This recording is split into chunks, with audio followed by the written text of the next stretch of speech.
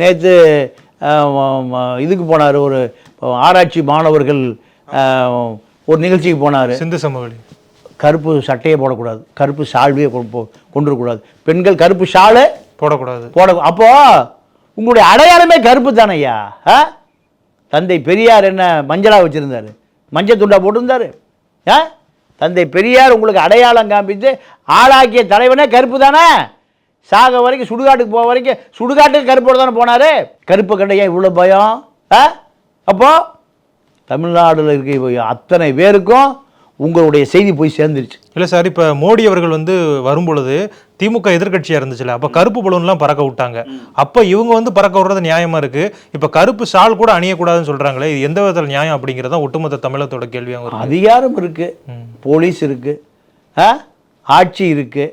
அப்போது இவங்களை சொல்கிறது தான் சட்டம். பாலகிருஷ்ணன் சொன்னாங்க தான். அதே பார்த்தீங்கன்னா முரசொலியில் பாலகிருஷ்ணன் அவர்களை விமர்சனம் பண்ணியிருந்தாங்க. இவர் கூட்டணியில் இருந்துக்கிட்டு இப்படிலாம் பேசக்கூடாதுன்னு சொல்லியிருந்தாங்க. இப்போ வைகோ உள்ளிட்ட கூட்டணி கட்சிகள் திமுக என்ன பண்ணாலுமே எதிர்ப்பு தெரிவிக்கிறது இல்லை. அதனால எல்லாருமே அப்படி இருக்கும்னு எதிர்பார்க்குதா திமுக? திமுக எல்லாத்தையுமே கரப்டட் ஆக்கிடுச்சு. எல்லா அரசு கான்ட்ராக்ட் பூரா கூட்டணி கட்சிகளுக்கு கொடுக்குது. அதில் கோடிகளில் வருமானம் கொட்டுது. இப்படி கொட்டுற காரணத்தினால எம்பி சீட்டு கொடுக்கணும், எம்எல்ஏ சீட்டு கொடுக்கணும், எம்எல்ஏ சீட்டு கொடுத்து செலவு பண்ணணும், கோடிகளில் செலவு பண்ணணும், லட்சங்கள்லாம் கிடையாது. எவ்வளவு கோடிகள். மணல் மாஃபியா வீட்டில் ஒரு டைரி எடுக்கிறாங்க, திமுக சபரீசன் வீட்டில் ஒரு டைரி எடுக்கிறாங்க. கம்யூனிஸ்ட் கட்சிக்கு 23 கோடி ரூபா தேர்தல் நிதி கொடுத்துருப்பதாக அந்த டைரி எழுதி வச்சுருக்காங்க.